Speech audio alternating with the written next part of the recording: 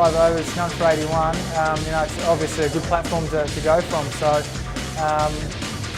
if you can start in a 2020 game and lose no wickets in the first 6 overs, I think you're in a good position. So, it's definitely a good launch pad to look at. We've got some talented batters to come behind them. So, and then we've obviously got to bowl well. So it looks like a pretty good wicket.